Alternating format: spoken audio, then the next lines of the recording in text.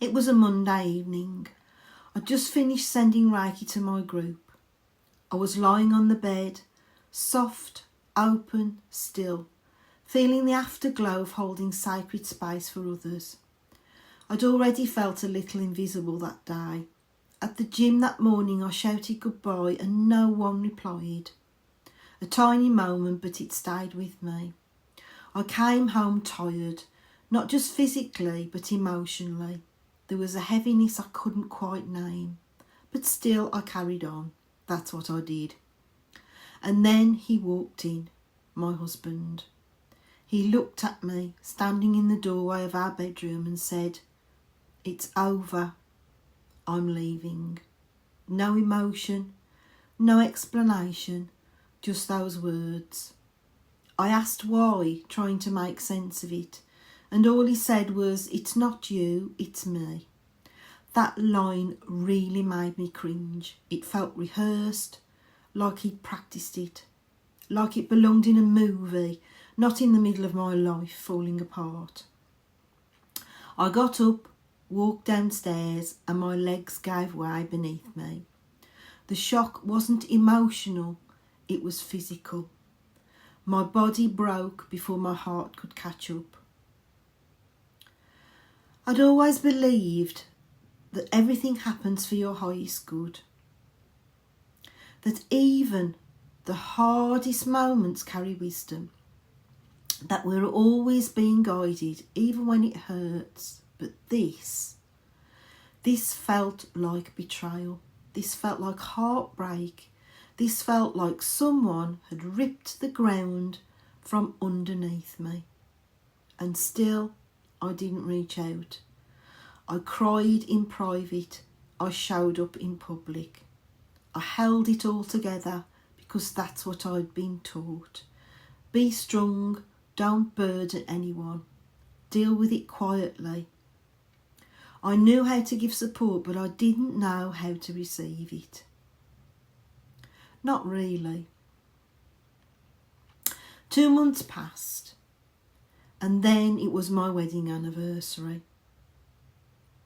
I'd cried all morning, not just for the marriage, but for the silence, the emotional loneliness, the years of pretending I was fine, while something in me was aching to be seen.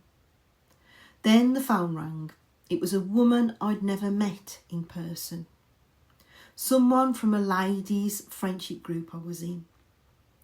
We'd only ever connected online. She didn't ask how I was. She didn't make small talk. She just said, "If you want to go to the meetup, I'll pick you up. It's on my way."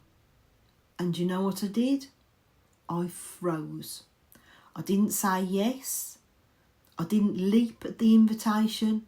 I sat with it for an hour.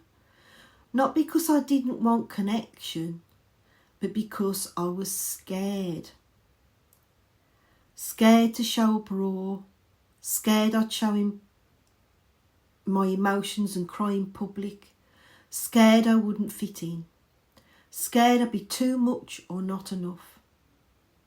That hesitation, that 1 hour pause, that was my nervous system doing what it had always done, protecting me, but also keeping me lonely. Eventually, I said yes, not boldly, not confidently, but quietly, tentatively, and that was the beginning. That one act of kindness and my one quiet yes changed everything. It didn't fix it all. It didn't erase the pain, but it reminded me of something I had forgotten.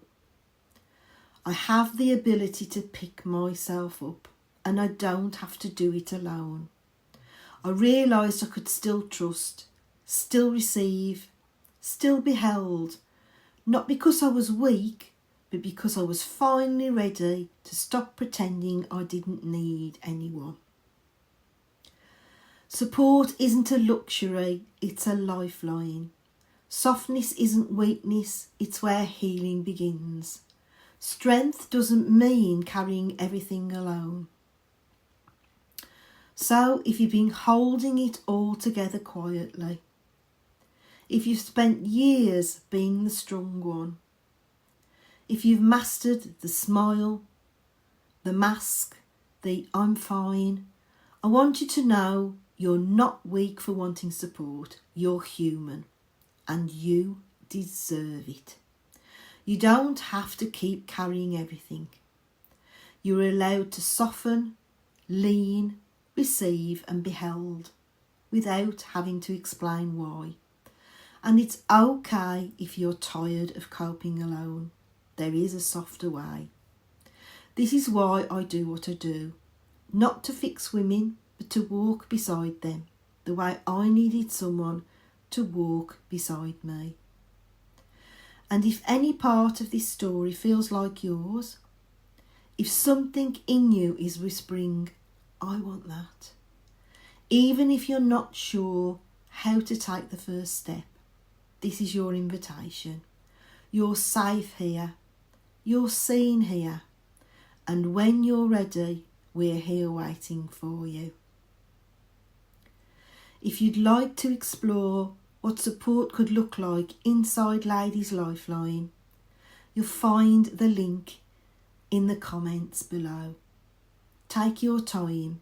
Follow what feels good. No pressure, just a space to feel held if and when you're ready.